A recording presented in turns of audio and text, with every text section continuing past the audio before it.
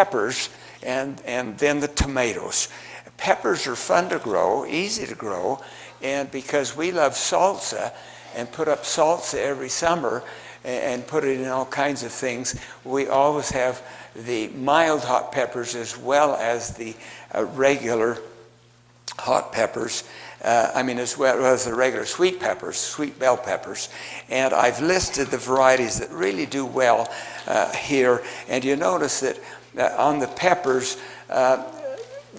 you don't have California Wonder or Yolo Wonder or some of those Keystone Wonder or a whole bunch of older varieties, just because when we first moved here, we tried all those and didn't get good peppers. They were small and misshapen. You didn't get the great, big, beautiful, blocky, tasty sweet bells. And so I experimented with about 20 varieties and found out with King Arthur and Karma and Revolution and Colossal all produce great big square beautiful delicious peppers, sweet bell peppers. And so those are the ones you recommend. I try new ones. I even tried 3 or 4 new ones this year, but these are still the best of the best. And for some reason, our climate doesn't lend itself to a California Wonder type pepper.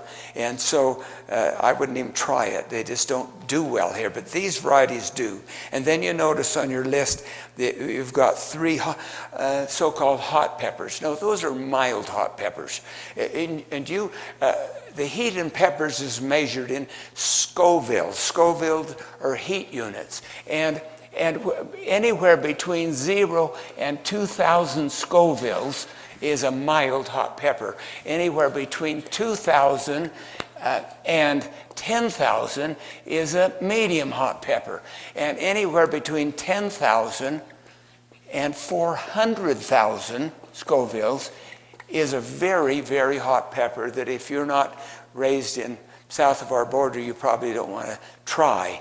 And especially if you get up here, these are called habaneros. And they're so hot that you can't, if you handle them and then touch your face, it'll burn for hours. And you just don't want to have them around, because if your kids handle them and get their fingers in their eyes, it'll burn for hours and hours. So you really don't want to plant habaneros. But you can stay with the mild hot peppers, and the 3 that I recommend here are all below 1,500 Scoville. So they're really mild. You can eat them like an apple. You feel enough bite so it has good flavor, that's all. It's not enough to hurt your mouth or burn for a long time. The Anaheim chili is the hottest. It will go between 1,000 and 1,500 Scovilles. Holy Moly that's for mole sauce, but it's also great in salsa, and that is about 700 Scovilles to 1,000. And the Mulatto Islino is about 500 Scovilles, very mild. And it's used mostly for chili rellenos, but it's got a great flavor. And so we mix those 3 in our salsa, and it makes it just enough flavor, enough bite to make great salsa without being hot enough that it would bother anyone. So those are different kinds of peppers.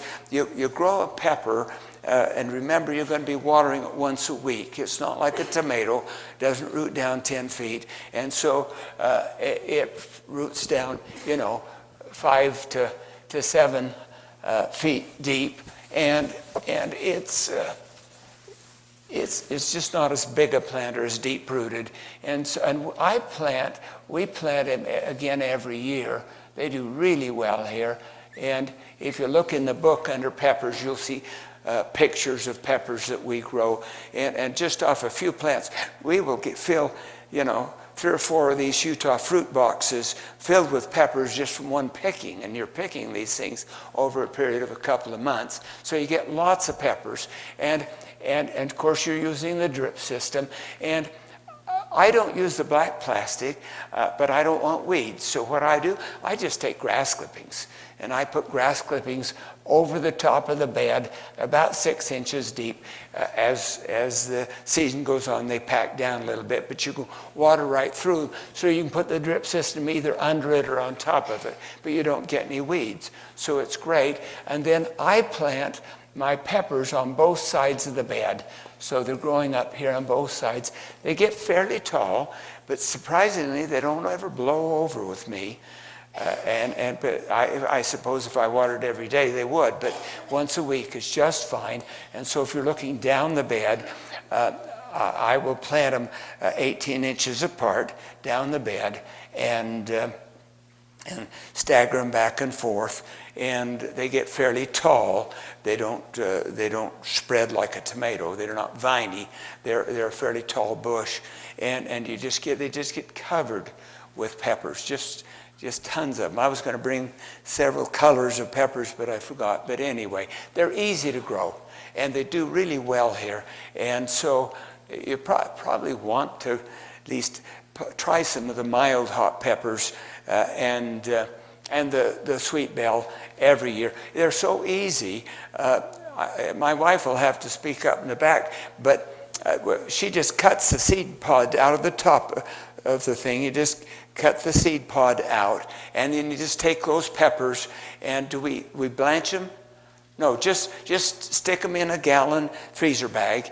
You just stick them in the freezer and stick them in the bag and stick them in the freezer, and it's so quick.